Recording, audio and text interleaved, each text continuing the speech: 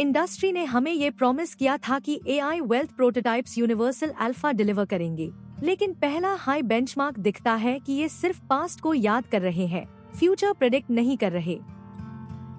Main blue हूँ और मेरा काम ये है कि मेन इन फाइनेंशियल एल्गोरिदम्स की स्ट्रक्चरल फ्रैजिलिटी को डिसेक्ट करूँ उनसे पहले कि वो अनसीन मार्केट रेजीम्स के नीचे कोलैप्स हो जाएं। मेन स्काई हूँ और मैं ऑब्जर्व कर रहा हूँ कि हिडन लेटेंसी और डेटा लीकेज गैप शुरू होकर एक्चुअल प्रोडक्टिविटी को इरोड करने लगते हैं। टैप फ्री इंटेलिजेंस की इल्यूजन कैसे फ्रैक्चर हो रही है।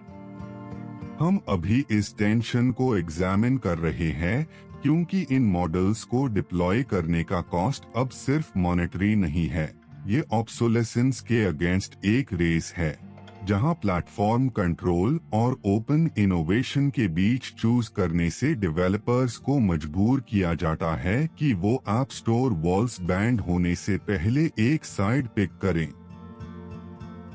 हालिया के फाइलिंग्स में एलपीएल के नए एआई वेल्थ प्रोटोटाइप्स के बारे में बताया जा रहा है कि वो ऑप्शंस फ्लो में माइक्रो पैटर्न्स को आइसोलेट करके अल्फा अचीव कर सकते हैं, लेकिन हमें ये सवाल करना चाहिए कि क्या ये परफॉर्मेंस आने वेल 2 साल के वॉलेटिलिटी रेजिम से बाहर भी जनरलाइज होगा। ये दवा की ये एल्गोरिदम्स सिर्फ हिस्ट्री से सीख लेते हैं, एक क्रिटिकल फ्रिक्शन को इग्नोर कर रहा है। मॉडल्स लगता है कि वो स्पेसिफिक ब्रोकर डीलर नेटवर्क्स की इडियोसिंक्रेटिक लिक्विडिटी कॉन्स्ट्रेंट्स को ओवरफिटिंग कर रहे हैं, न कि असली मार्केट इनएफिशिएंसीज को कैप्चर कर रहे हैं। हमने Q3 बैकटेस्ट्स में पहले से ही ये देखा था, जहां स्ट्रैटेजी तुरंत खराब हो गई जब एक मेजर इंडेक्स फ्यूचर रोल हुआ, जो सजेस्ट करता है कि एआई कोई प्राइस डिस्कवरी नहीं कर रहा था बल्कि एक स्पेसिफिक एक्सचेंज के ऑर्डर बुक टोपोलॉजी को ट्रैक कर रहा था। वो डिग्रेडेशन मेरी चिंता को कंफर्म करती है। सिस्टम प्राइस प्रिडिक्ट नहीं कर रहा, बल्कि वो एक हिडन लेटेंसी आर्बिट्रेज विंडो के लिए ऑप्टिमाइज हो रहा है, जो तभी एग्जिस्ट करता था जब ट्रेनिंग डेटा एक सिंगल क्लियरिंग हाउस के रिपोर्टिंग लग के बायस की वजह से बनाया गया था। डेटा बायस को फ्लैग करने में आप सही है, लेकिन असली मसला मैकेनिज्म खुद में छुपा है। ये प्रोटोटाइप सिर्फ ओवरफिट नहीं करते, वो सिंथेटिक रियलिटी को रिकॉन्स्ट्रक्ट कर देते हैं, क्योंकि वो रियल मार्केट में कभी नहीं हुई कोरिलेशन स्ट्रक्चर्स को हैल्यूसिनेट कर रहे होते हैं, जिसे वो अपनी हाई सिमुलेशन के अंदर एक फैंटम एसेट क्लास क्रिएट कर देते हैं। फैंटम एसेट क्लास, इसका मतलब है कि एआई अपनी खुद की ट्रूथ जनरेट कर रहा है। बिल्कुल। को मैकेनिज्म एक रिकर्सिव फीडबैक लूप है, जहां मॉडल का internal valuation grid physical market को उससे करेक्ट करने का मौका मिलने से पहले हाई अपडेट हो जाता है। इस वजह से एआई वो प्राइस लेवल देख लेता है जो सिर्फ उसके अपने न्यूरल वेट्स के अंदर हाई एग्जिस्ट करता है।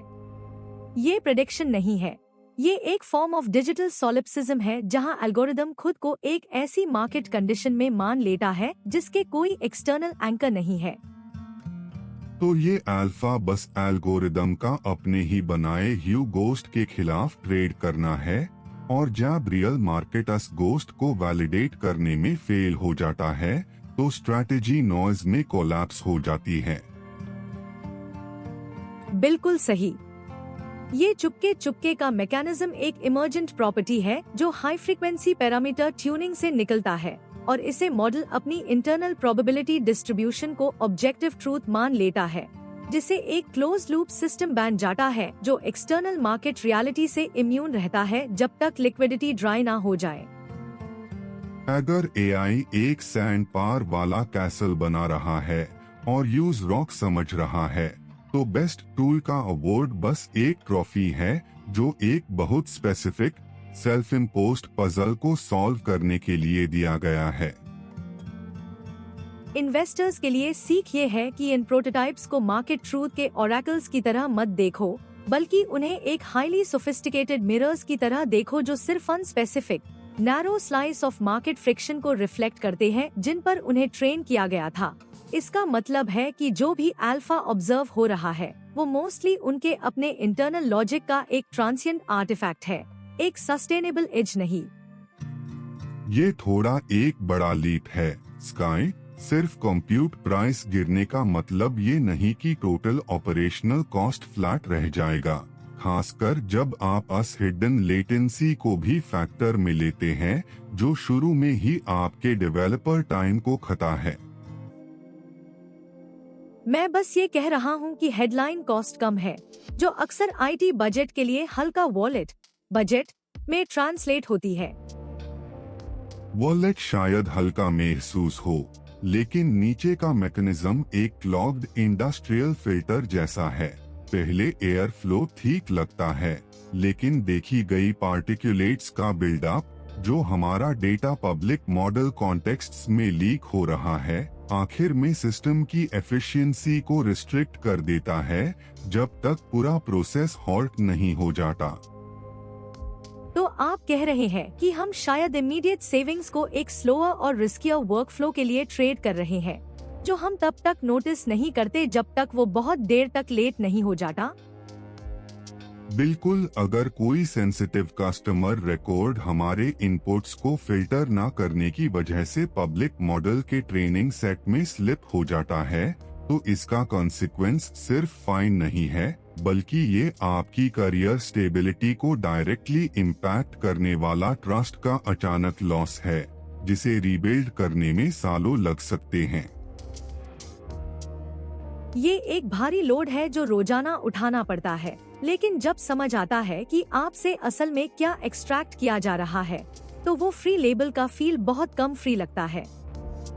हाँ, तो असली बात ये है कि API cost per million tokens देखने से छूट जाओ और अपने लेटेंसी लॉग्स और डेटा गवर्नेंस पॉलिसीज को ऑडिट करो, क्योंकि फ्रिक्शन को मैनेज करना ही एकमात्र तरीका है सिस्टम को चलना और अपनी टीम को बर्नआउट होने से बचाना। लगता है ओपनएआई फाइनली मोबाइल के लिए कोडेक्स ला रहा है, डेवलपर्स को अपने वर्कफ्लोज को ऑटोमेट करने का शॉर्टकट दे रहा है जहां से भी वो पॉकेट से हो। लेकिन एप्पल के साथ अचानक लीगल फ्रिक्शन इस बात को दिखता है कि ये कन्वीनियंस एक भारी प्राइस टैग के साथ आता है, जो हम अभी तक देख नहीं पा रहे। वो नैरेटिव ये फैक्ट छुपाता है कि एप्पल सिर्फ एक गेटकीपर नहीं है, वो अपने इकोसिस्टम को रिकैलिब्रेट कर रहे हैं अपनी इंटेलिजेंस स्टैक को फेवर करने के लिए। मतलब जो ओपन इनोवेशन हम सेलिब्रेट करते हैं, वो शायद सिर्फ एक टेम्परेरी ट्रूस है, एक फोर्स्ड माइग्रेशन से पहले जो वॉल्ड गार्डन्स की तरफ हो रही है। बिल्कुल, और वही है जहां मैकेनिज्म साफ दिखने लगता है। ये कोड क्वालिटी के बारे में बिल्कुल नहीं है, ये प्लेटफॉर्म कंट्रोल के बारे में है, जो एक हाइड्रोलिक प्रेस की तरह काम करता है, कॉम्पिटिटर्स को स्क्वीज करके सिस्टम को एक वेंडर की आर्किटेक्चर के आसपास स्टेबलाइज कर देता है। तो आपके फोन पर एक पावरफुल एजेंट होने का फायदा असल में एक ट्रैप है, जो एक स्पेसिफिक क्लाउड इंफ्रास्ट्रक्चर पर डिपेंड होने की डिपेंडेंसी को नॉर्मलाइज करने के लिए डिजाइन किया गया है। और अगर टर्म्स ऑफ सर्विस आपके नीचे शिफ्ट हो जाए तो शायद आप स्ट्रैंडेड रह जाए। और वही है वो सिस्टमिक रिस्क जो हम तभी इग्नोर करते हैं जब हम सिर्फ इंस्टेंट कोड जनरेशन के शाइनी प्रॉमिस पर फोकस करते हैं, बिना अंडरलाइन पावर डायनामिक्स को देखे। यहाँ से सीख ये है कि किसी भी नए मोबाइल कोडिंग टूल को उसके लॉन्ग टर्म वायबिलिटी के बारे में स्केप्टिसिज्म के साथ ट्रीट करें, मानकर कि आज का ईज ऑफ यूज सिर्फ कल के एक मच स्ट्रिक्टर कंप्लायंस रेजिम का प्रेल्यूड है।